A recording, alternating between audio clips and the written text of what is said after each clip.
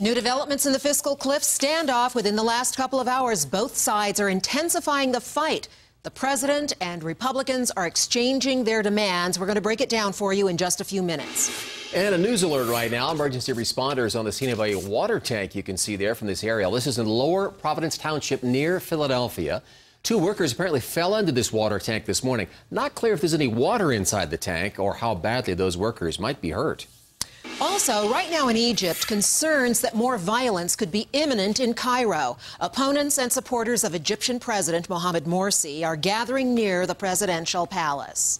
And also right now, closer to home, some people living near the wildfire at Rocky Mountain National Park are returning home within the last couple of hours. Many people living in the Highway 66 area have been allowed to go back to their homes for the first time since Saturday. And while they're still on standby to evacuate if conditions change, families like Ken and Carol and Wills say it will be good to be home.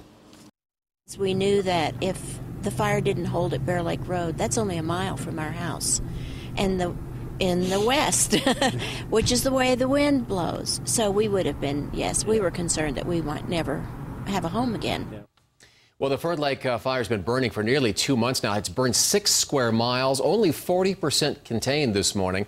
7 News reporter Tyler Lopez is at Rocky Mountain Metropolitan Airport, where tankers are on standing by to help fight this fire. Tyler, you would normally, this time of year, that tanker base might be closed.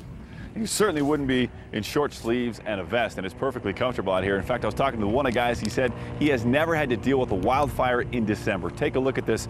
This is absolutely disheartening for firefighters. It's a plane, and it's a plane that's just sitting here. This is one of 2 Lockheed P-2Vs sitting on the tarmac along with a helicopter. In fact, that helicopter, along with another attack plane, went up towards the fire scene today, had to turn around due to 40-mile-per-hour winds. Retardant can freeze in this weather. It becomes much more difficult to deal with. They've got falling trees that even stopped some of the hand crew operations yesterday. This is just an absolute no-win situation right now, because it's one thing not to have the resources, but it's another to have 2 air tankers and a copter that can't move. That's why they are so anxious to see if the weather holds. The forecast is for more snow over the fire scene itself. Finally, that's why we want to go inside right now to the 24/7 Weather Center and see if they're really going to get the snow they absolutely need, because these guys really can't do much. Bertha?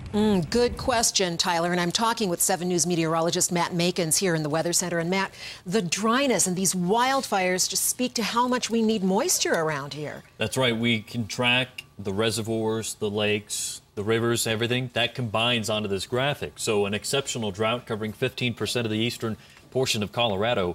That means that it could take 6 months to 1 year to recover from this drought. So we need more than one snow, but luckily we do have a little bit of a change on the way.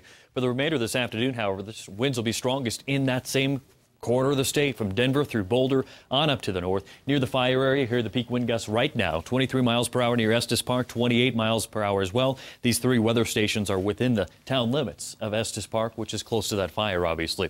We have a little bit of cloud cover from the morning hours. It's pushing off to the east. A bit of sunshine for the midday before that system arrives. And you're going to see more cloud cover by this afternoon. In Denver right now, beautiful blue skies.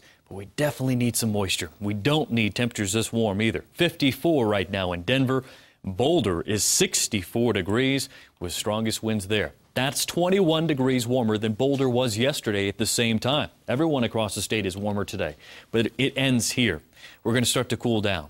Advertised changes on Futurecast with snow tonight. Also at 11:16, you'll see commuting issues possibly towards the end of the week. And that big cool down is still on track for the weekend. We're tracking not only 1 chance for snow for the state, but actually 2 to 3. We'll break it down in just a few minutes. Thanks so much, Matt. DNA evidence leads to the arrest of this man wanted for 2 sexual assaults and an attempted sexual assault in Aurora. Police say DNA helped crack wide open this case.